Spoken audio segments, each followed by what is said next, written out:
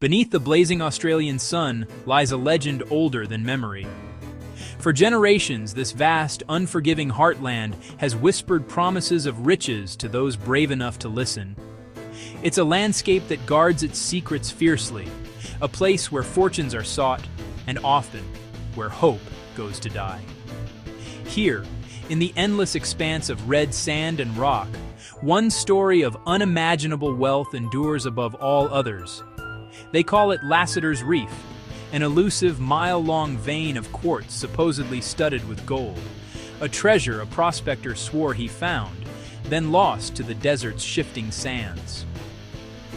When Harold Lassiter shared his tale in 1930, a nation gripped by the Great Depression was captivated. His story ignited a national fever, securing funding for an expedition. But the details were hazy, coordinates scribbled, bearings disputed, and the promise of survival balanced on a knife's edge. He set out with camels and conviction, relying on the era's most robust method of desert travel. But storms, relentless heat, and gnawing hunger shredded his certainty. The desert swallowed his path. Lassiter vanished soon after, perishing alone. He left behind a diary, a lonely grave, and a tantalizing promise of gold, the raw ingredients for Australia's greatest and most enduring unsolved treasure hunt. The legend of Lassiter's Reef ignited a firestorm of ambition. At makeshift expedition bases, canvas snaps in a hot, dry wind. This is the frontier of hope, a temporary city of surveyors, seasoned bushmen, and rugged station hands. They are a unique blend of old and new worlds, sorting rations, marking maps with painstaking precision, and readying both camels, the ancient ships of the desert, and battered, temperamental trucks for the long push into the unknown. Each expedition was a monumental gamble, a logistical puzzle assembled against the backdrop of the Great Depression, where the promise of gold was a powerful lure. They were venturing into the vast, unforgiving heart of Australia, into the sprawling dune fields of the Simpson and the stony, windswept gibber plains of the Gibson Desert. The search didn't just last a season, it exploded across decades. Dozens of teams fanned out, armed with little more than a compass, a chronometer for longitude, and Lassiter's increasingly mythic directions. They were navigating by dead reckoning, estimating distance by the turn of a wheel or the pace of a camel. Each line drawn on paper in the relative comfort of camp had to be translated into dust, sweat, and blistered miles on the ground. It was a brutal, unforgiving calculus where a simple miscalculation could mean the difference between discovery and disaster. As technology advanced, the search took to the skies. From the rattling cockpits of early aircraft, reconnaissance pilots and spotters traced the faint outlines of gibber plains and the ghostly paths of dry creek beds. The landscape below was a hypnotic, monotonous canvas of red and ochre. In this vastness, every flash of white quartz on a distant ridge teased as the reef, a momentary glint of promise. But just as quickly as the sun climbed higher or the aircraft banked, it would vanish, a trick of the light, a desert mirage. The sun's angle was both an enemy and an ally, revealing and concealing the land's secrets with every passing hour. Light aircraft droned low over the endless terrain, their shadows chasing them across the dunes. Inside, pilots kept the needles steady on the altimeter, maintaining a perilous, constant height. Beside them, spotters swept the horizon, their eyes raw from the glare, calling out potential bearings and landmarks over crackling, static-filled radio. They were painting a picture of the land piece by piece, trying to match the terrain below with the vague descriptions from Lassiter's memory. On the ground, the methods were just as grueling. Land rovers, the modern workhorses, crawled over the spines of immense sand dunes, their engines straining in the soft sand. Alongside them, camel trains carried the most precious cargo, water. The search was methodical, a process of elimination. Grid boxes were drawn on maps and then physically traversed, a painstaking game of chess played against the mirage and the heat. Each square cleared without success only served to expand the daunting scale of the search area. Men walked on foot, their faith pinned to Lassiter's figures, a jumble of miles, degrees, and half-remembered landmarks. But the desert is not a static place. They would follow the directions only to find that the dunes had marched, shifted by the wind. The landmarks, described from a fading memory, could be any one of a dozen identical-looking hills. And in the intense heat, the compass itself could seem to lie, its needle shimmering along with the air. Hope was a fragile commodity. And then there was the weather, the ultimate arbiter of success and failure. It could rewrite the board in an afternoon. Vicious sandstorms would blow in, erasing tracks, burying supplies, and reducing visibility to mere feet. Horizons disappeared into a wall of red dust, and the wind sang through the guy lines of the tents like tortured wire, a constant, unnerving reminder of nature's power. Then, the rains came. A deluge in the desert is a violent, transformative event. Flash floods would roar down long, dry creek beds, carving new channels overnight. The landscape could become unrecognizable in a matter of hours, with yesterday's carefully placed markers and survey pegs drowned under a torrent of chocolate-brown water. Over the decades, the maps themselves told a story of evolving technology. The simple pencil grids of the 1930s gave way to grease pencil overlays on aerial photographs. Decades later, GPS pings began stitching the new data to the old, digitally overlaying modern flight lines onto the faint traces of boot prints and tire tracks from generations past. In dusty mess tents and under the precious shade of an aircraft's wing, arguments flared. Tempers, frayed by heat and exhaustion, would snap over the interpretation of a bearing or the identity of a bluff. Each coordinate was a promise, a point of fierce debate, but too often each promise dissolved into a mirage. The line between fact and hope blurred with every fruitless day. Logbooks filled with the mundane, crucial details of survival: time, track, fuel consumption, water rations. The methodical process of the search marched on, a testament to human discipline. But while the columns of data grew, the collective hope frayed at the edges, worn thin by disappointment and the immense, silent indifference of the landscape. With every widened grid, the mathematical odds of finding one specific outcrop thinned toward impossibility. The search area became a monster of its own making. The map grew larger than the legend it was trying to contain, and the legend, in turn, grew larger and more distorted than the facts that had spawned it. Out on the red edge of the known world, men stared into the heat-hazed distance, their lips cracked and their eyes shielded against the brutal sun. The only sound was the hiss of the radio and the whisper of the wind. Each sunrise brought a fresh wave of optimism, a belief that today would be the day they'd see the glint that never came. Headlines and rumor caravans followed in their wake, the story capturing the public imagination. But the country miles swallowed stories as easily as they swallowed tracks. What was reported in the cities felt distant and abstract out here, where the only reality was the next dune. Yet the cycle repeated, an enduring testament to the power of belief. Permits were stamped in government offices, new parties formed, fresh capital was raised.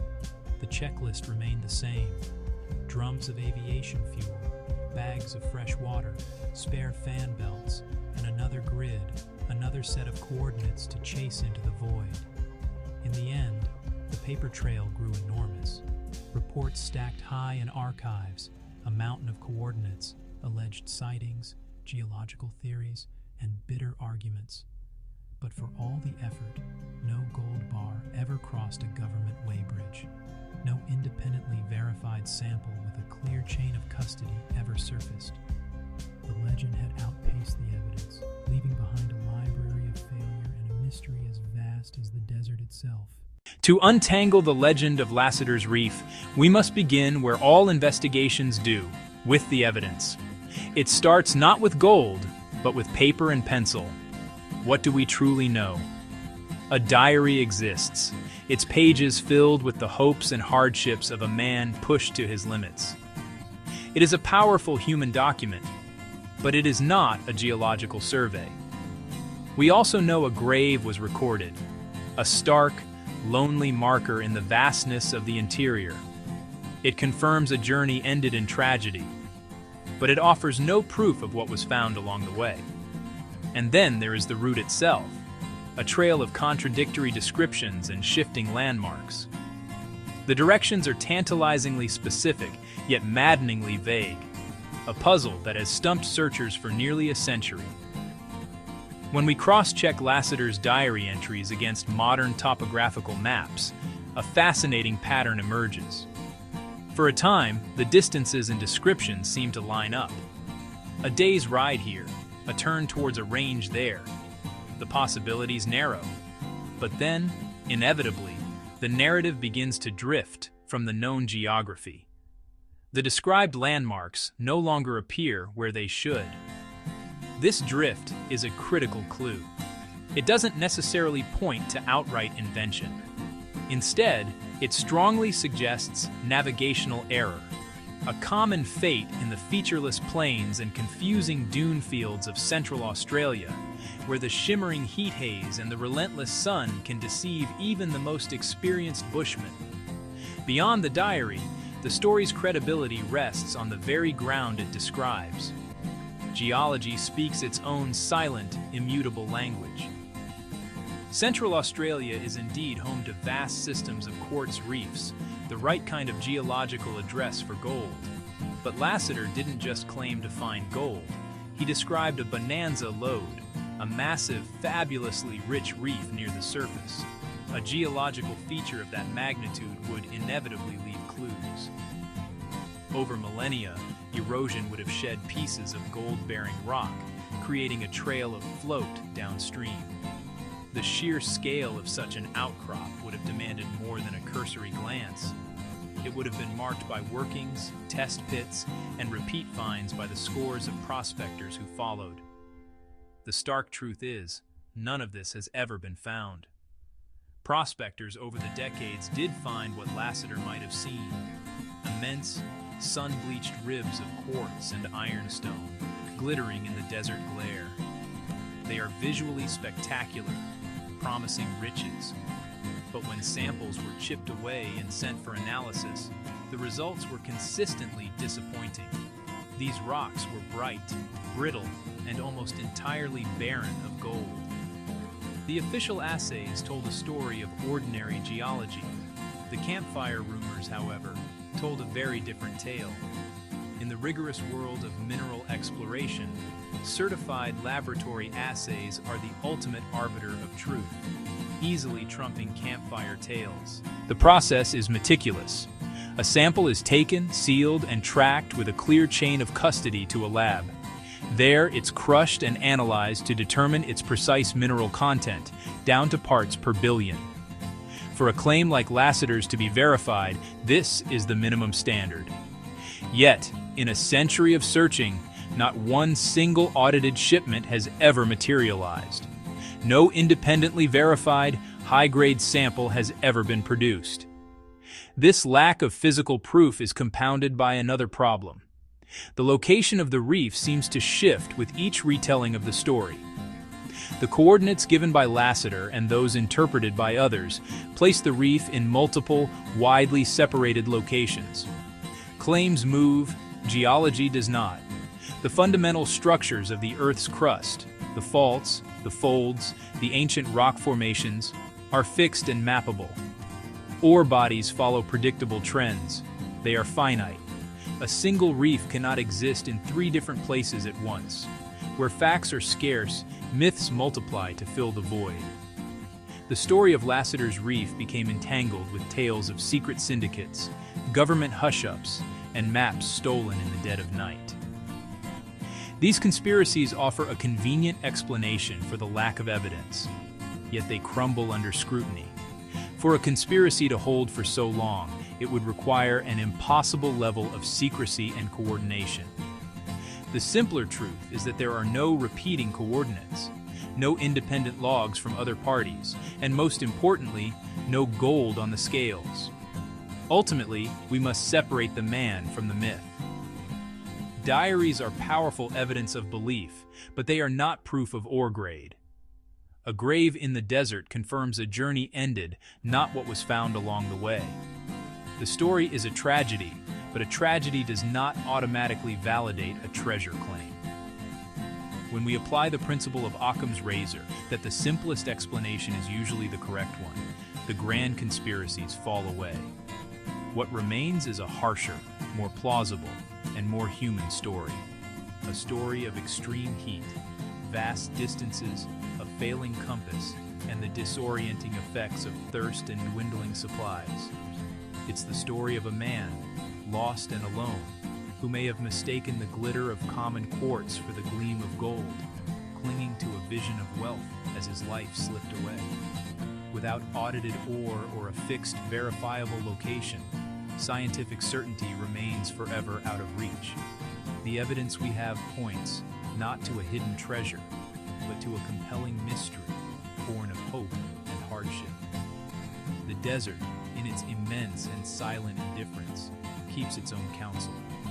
The simplest reading of the rocks, not the rumors, remains the most likely.